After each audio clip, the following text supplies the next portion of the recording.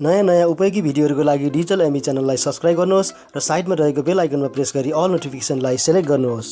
साथीहरू, अहिले सामाजिक सञ्जाल फेसबुक इन्स्टाग्राममा तपाईँहरूले यस्तो किसिमको आफ्नो फोटोलाई यस्तो किसिमको बनाएर चाहिँ पोस्ट गर्ने ट्रेन्ड निकै चलेको तपाईँले देख्नुहुन्छ। अब साथीहरू, यो पनि तपाईँले हेर्नुहोस्, तपाईँले डाइरेक्ट त्यो एपबाट त्यो चाहिँ एउटा एपबाट तपाईँले गर्न सक्नुहुन्छ। अब तपाईँले हेर्नुहोस् साथीहरू, त्यो एपबाट डाइरेक्ट सेभ गर्नुभयो भने तपाईँले यहाँनिर वाटरमार्क पनि देख्नुहुन्छ। र तपाईँले अब तर आजको यस भिडियोमा तपाईँहरूलाई वाटरमार्क बिना पनि हामीले कसरी सेभ गर्न सकिन्छ र त्यो पनि तपाईँलाई आजको भिडियोमा देखाएर सिकाउने छु। नमस्ते साथीहरू, म एमबी गुरुङ, तपाईँहरूलाई यो युट्युब च्यानल डिजिटल लाइनमा स्वागत छ। साथीहरू, आजको भिडियो सुरु गरौँ। अब यसको लागि तपाईँहरूले त्यो एप डाउनलोड गर्नुपर्ने हुन्छ। अब तपाईँलाई म त्यो एप कसरी डाउनलोड गर्ने भनेर सिकाउँ साथीहरू। यसको लागि तपाईँले प्ले स्टोरमा जानुहोस्। प्ले स्टोरमा गएर तपाईँले अब यहाँ एउटा कुरा तपाईँलाई के भन्न चाहन्छु भने, यो एपको नाम थाहा भएर एप डाउनलोड गरेर मात्रै तपाईँले यो चाहिँ कम्प्लिट रूपमा गर्न सक्नुहुन्न। त्यसैले गर्दाखेरि भिडियो अन्तिमसम्म हेर्नु होला, किनकि अन्तिमसम्म तपाईँलाई म वाटरमार्क बिना पनि कसरी बनाउन सकिन्छ त्यो पनि सिकाउने छु। अब साथीहरू, तपाईँले यहाँनिर प्ले स्टोरमा गएर फोटो फोटो ल्याब भनेर टाइप गर्नुहोस्। अब तपाईँले यहाँ सुरुमै देख्न सक्नुहुन्छ साथीहरू, फोटो ल्याब पिक्चर इफेक्ट्स भनेर देख्नुहुन्छ, त्यहाँ टच गर्नुहोस्। अब यहाँ यो एप तपाईँले इन्स्टल गर्नुपर्ने हुन्छ। मैले अघि नै इन्स्टल गरिसकेँ साथीहरू। अब तपाईँले इन्स्टल गरिसकेपछि यसलाई ओपन गर्नुहोस्। ओपन गर्दाखेरि तपाईँलाई केही कुराहरू माग्छ। यदि माग्यो भने तपाईँले अलाउ गरिदिनु होला।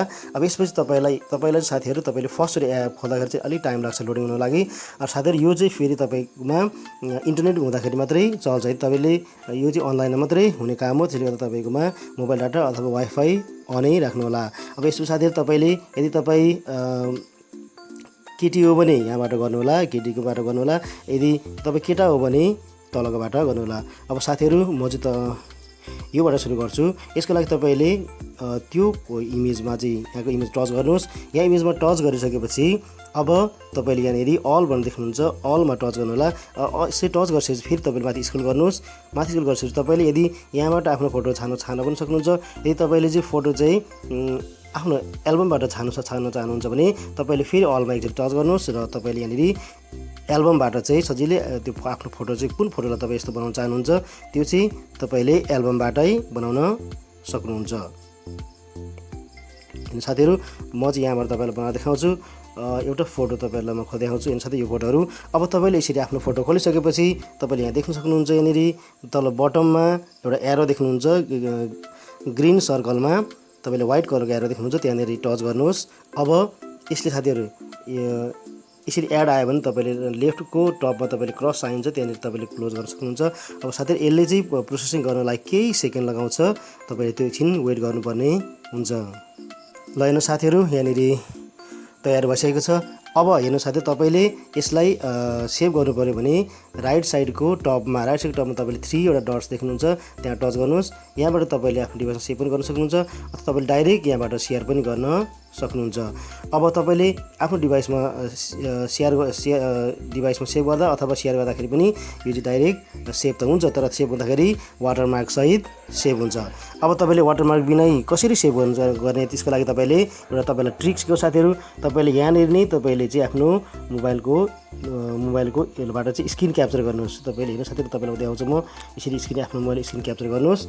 अनि त्यसपछि तपाईँले अब यो डिभाइसबाट नै तपाईँले सेभ गर्न चाहनुहुन्छ भने यहाँबाट पनि तपाईँले यसरी सेभ गर्न सक्नुहुन्छ। अब यसरी सेभ तपाईँको हेर्नु साथी, तपाईँको डिभाइसमा सेभ भइसक्यो। यदि तपाईँले यो फोटोमा चाहिँ तपाईँले यो फोटोमा अरू इफेक्ट्सहरू पनि लाउन चाहनुहुन्छ भने यहाँबाट तपाईँले सजिलैसँग अरू इफेक्ट्सहरू, एनिमेसनहरू, आर्ट एन्ड इफेक्ट, अरू टेक्स्टहरू पनि थप्न सक्नुहुन्छ। साथीहरू, मैले यहाँनिर यो चाहिँ सेभ गरिसकेको छु। अब तपाईँलाई देखाउन चाहन्छु। म यहाँ ग्यालरीमा गएर हेर्नुहोस्, यो ग्यालरीमा तपाईँले मैले सेभ गरिसकेको छु। यहाँ साथीहरू एउटा भएको छ, यहाँनिर तपाईँ देख्नुहुन्छ वाटरमार्क सहित आएको छ। अब तपाईँ हेर्नु साथीहरू, यहाँ मैले भर्खर स्क्रिन क्याप्चर गरेको छु। अब यसलाई तपाईँले चाहिँ सजिलैसँग चाहिँ यो फोटोलाई चाहिँ एडिट गरेर तपाईँले क्रप गर्नुहोस्। फोटोलाई क्रप गरेर चाहिँ सजिलैसँग तपाईँले यसरी यो वाटरमार्क बिनाकै यसरी यो चाहिँ बनाउन सक्नुहुन्छ। अब सब साथीहरू, तपाईँले सजिलैसँग हेर्नु साथीहरू। अब यसको क्वालिटी तपाईँ देख्न सक्नुहुन्छ। यहाँ 64.16 KB छ भने अब तपाईँले वाटरमार्क बिनाको हेर्नुभयो भने अझ राम्रो क्वालिटीमा तपाईँले यहाँ देख्न सक्नुहुन्छ। 194.28 अझ राम्रो क्वालिटीमा सेभ भएको छ साथीहरू। अब तपाईँले यसरी सजिलैसँग चाहिँ अब यो इमेजलाई चाहिँ तपाईँले सेयर गर्न सक्नुहुन्छ। तपाईँले फेसबुक होस्, इन्स्टाग्राम होस्, तपाईँले त्यसमा चाहिँ सजिलैसँग स्टोरीमा होस् या न्युज फिडमा होस्, तपाईँले सजिलैसँग यसलाई चाहिँ सेयर गर्न सक्नुहुन्छ। ओके साथीहरू, तपाईँलाई आजको भिडियो मन पऱ्यो होला। भिडियो मन परे लाइक गर्नु होला, केही भन्नु छ या सोध्नु छ, अरू नयाँ कुरा केही जान्नु छ भने तल कमेन्टमा लेख्नु होला। र साथसाथै यो भिडियो धेरैभन्दा धेरै साथीहरूमा सेयर पनि गर्नु होला ताकि उहाँहरूलाई पनि थाहा होस्। र तपाईँले अहिलेसम्म यो च्यानललाई सब्सक्राइब गर्नुभएको छैन भने च्यानललाई सब्सक्राइब गर्नु होला ताकि तपाईँ अरू पछि मैले राख्नु उपयोगी भिडियोहरू तपाईँले प्राप्त गर्नुहुनेछ। र साथसाथै तपाईँले मलाई फेसबुक, इन्स्टाग्राम र ट्विटरमा पनि फलो गर्न सक्नुहुन्छ। तपाईँहरू सधैँ स्वस्थ रहनुहोस्, खुसी रहनुहोस्। आजलाई यति नै, धन्यवाद।